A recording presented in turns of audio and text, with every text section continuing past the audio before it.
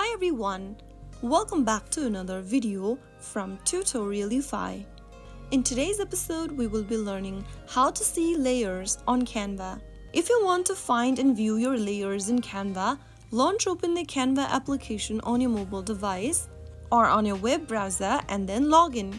Now go ahead and select one of the recent designs or create a new design where you want to view your layers on. After you are done, go ahead and select your element on the screen just like that, and then you will see this layers option at the bottom. Tap on it and you will be able to see all the layers that has been added on your design. You can now go ahead and adjust your layers position according to your preference by simply press holding it and dragging it along the area. Place it on your desired location and there you have it.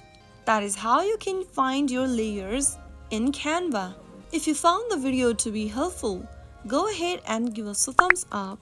Don't forget to subscribe to our channel by hitting that subscribe button.